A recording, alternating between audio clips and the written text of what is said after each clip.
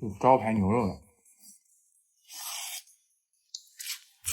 牛肉比牛杂强，很入味儿。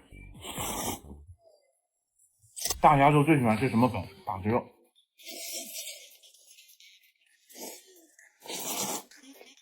这3碗的量，等我在湖南吃6碗。哎呀，午餐小炒黄牛、辣椒炒肉，太香了！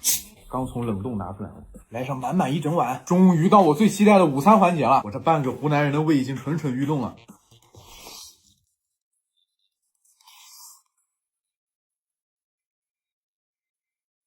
天哪，还得是香菜，太下饭了！这不多吃2碗，我都对不起这菜。哇，越来越贵了。啊，不用心疼我，一会儿我多吃2碗。